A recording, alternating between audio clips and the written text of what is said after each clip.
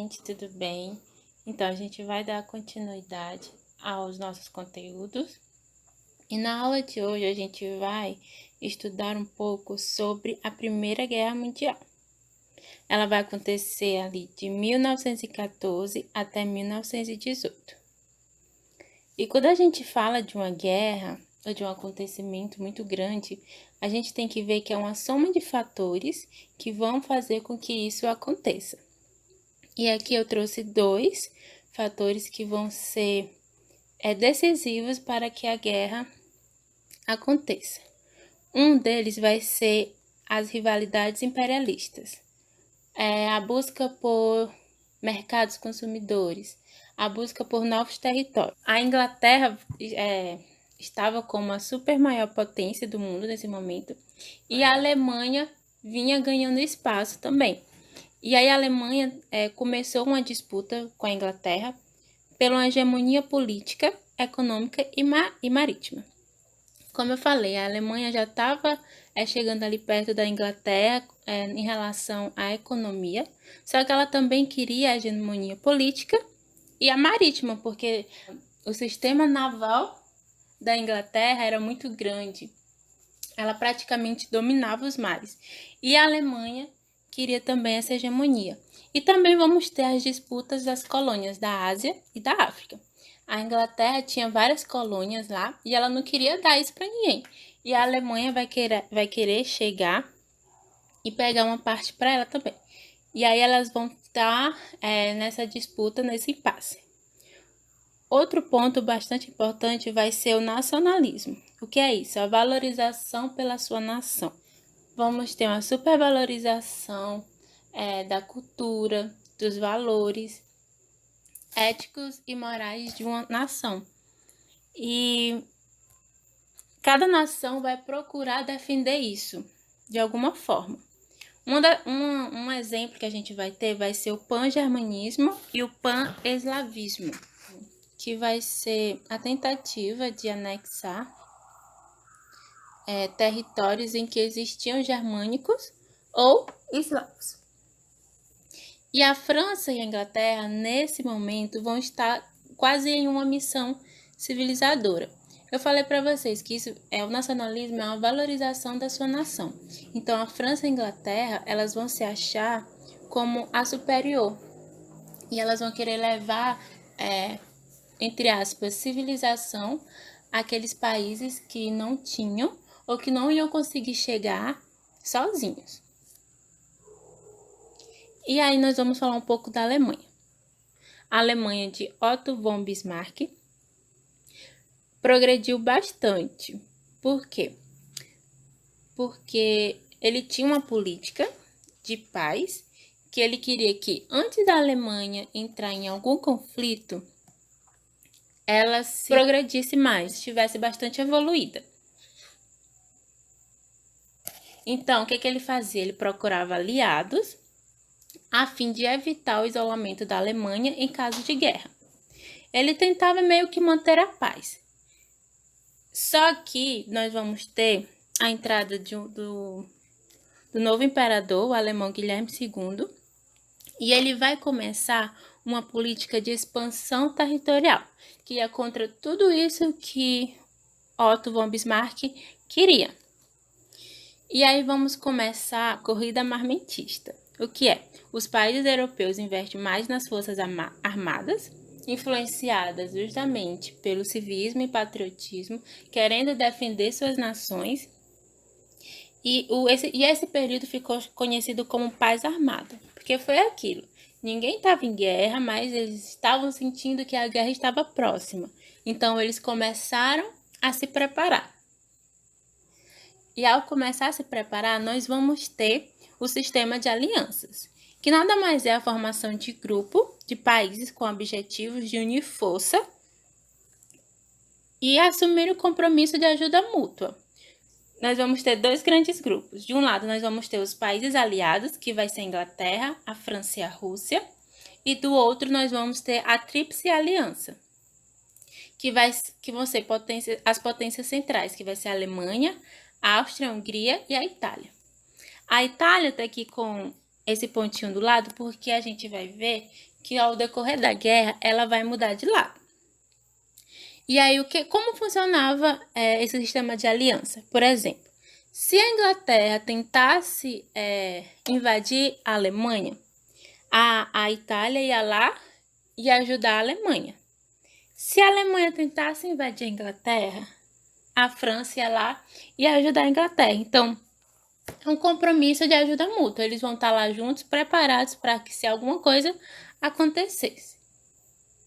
E aí nós vamos ter a gota d'água, o estopim, o herdeiro do trono, austro-húngaro, Francisco Ferdinando, foi assassinado em Sarajevo, na Bósnia, por um jovem sérvio.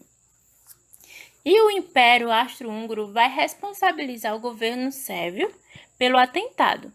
E aí não vai ser tipo assim, o príncipe vai morrer e amanhã vai começar a guerra. Não, eles vão pensar bastante. Um mês depois do atentado, o Império Austro-Húngaro declarou guerra à Sérvia. E a partir daí, houve uma reação em cadeia, como eu falei para vocês. Que um ia defender o outro. Então, em apenas 7 dias, as principais potências tinham se engajado na guerra. E aí a gente vai ter o início da Primeira Guerra Mundial. E aí nós vamos ter algumas fases da guerra. A primeira fase vai ser a Guerra de Movimento, que é marcada basicamente pelas movimentações de tropas para o território de guerra ao longo da Europa. E aí nós vamos ter um plano da Alemanha, em que ela queria o quê? Primeiro, o plano dela, primeiramente, era invadir a França e depois ela ia invadir a Rússia. Ela até consegue avançar bastante na França, chega ali até pertinho de Paris. E aí nós vamos ter um movimento em que as tropas germânicas avançavam e as francesas vão recuando. Só que não vai ser sempre assim. E aí nós vamos ter a segunda fase, que vai ser a Guerra de Trincheiras. Então, após o deslocamento, começava a Guerra de Trincheiras. O que é isso? Trincheiras eram tipo como se fossem covas na terra, e eles ficavam ali dentro, de frente para o seu inimigo. Então, foi cavado quase 640 quilômetros de trincheiras, cortando o território europeu e formando ligações entre os exércitos aliados. E aí, como eu falei para vocês, a Alemanha conseguiu avançar até um certo ponto. E aí, depois desse ponto, ela não conseguia ir mais para frente. Por quê? Porque logo na frente a gente tinha as tropas da França e ela também não ia recuar. Então, eles ficavam nesse impasse, né? Eles construíam essas trincheiras e ficavam ali esperando o melhor momento para atacar. Esse momento podia demorar muito. E quando acontecia, eles conseguiam avançar, tipo assim, poucos metros, nem eram muitos. E eu trouxe a imagem para vocês, para a gente tentar compreender como estavam organizadas essas trincheiras. Então, eram realmente covas em que eles ficavam ali dentro, passando fome, frio, quando chovia, geralmente, e mudava. E aí eles ficavam aí à espreita, esperando o melhor momento para atacar.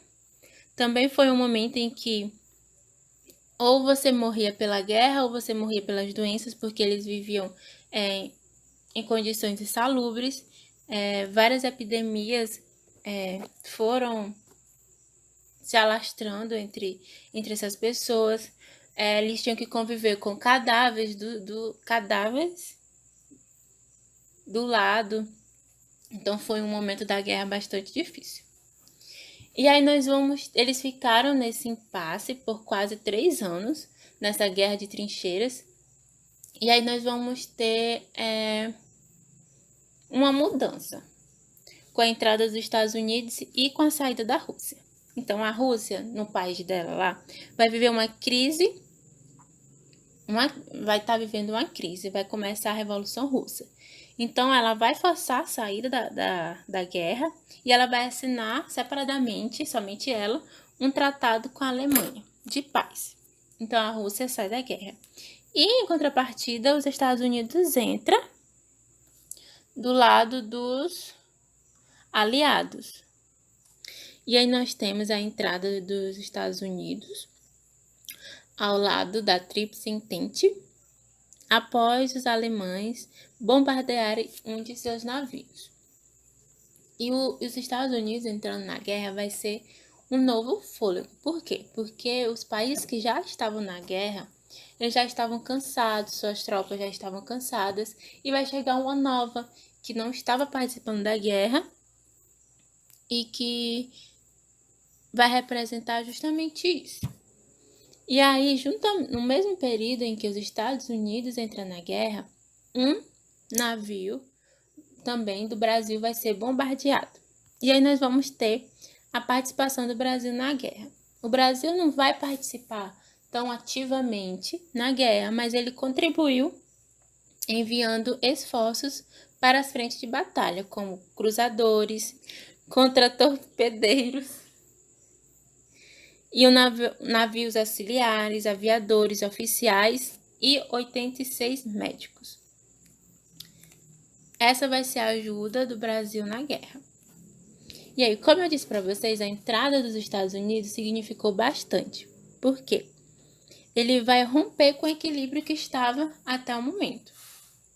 Era como se estivesse tudo em equilíbrio, a Alemanha e a França estavam lá, de certa forma, equilibradas, e os Estados Unidos chega para dar esse apoio à Tríplice Entente, e ele vai acabar desequilibrando, e a Alemanha acaba perdendo força e terreno.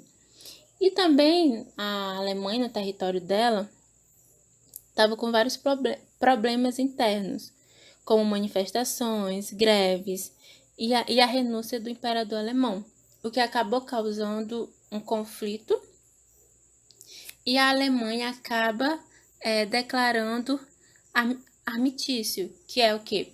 É um acordo de trégua da guerra e reconhece a derrota alemã.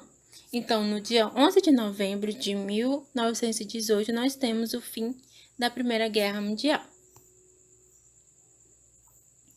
E aí, os Estados Unidos o presidente dos Estados Unidos vai propor um acordo de paz, que ficou conhecido como 14 pontos.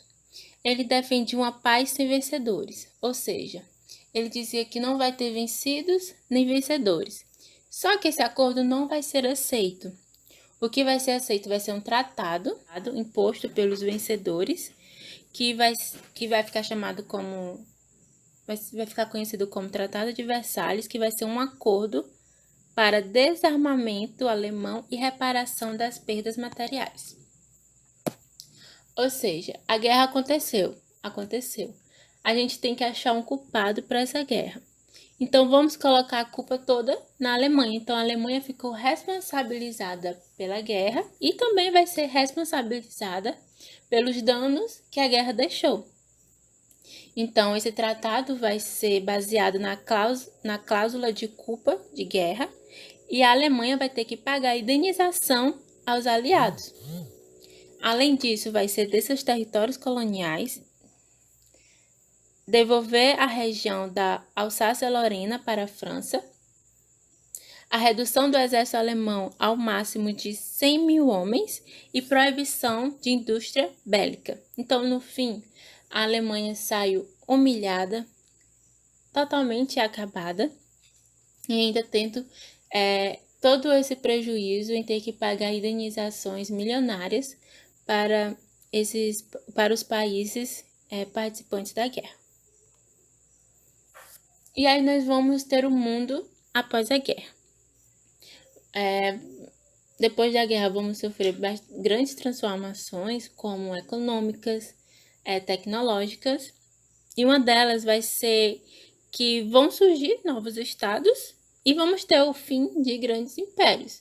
Não é que vão surgir novos estados assim do nada.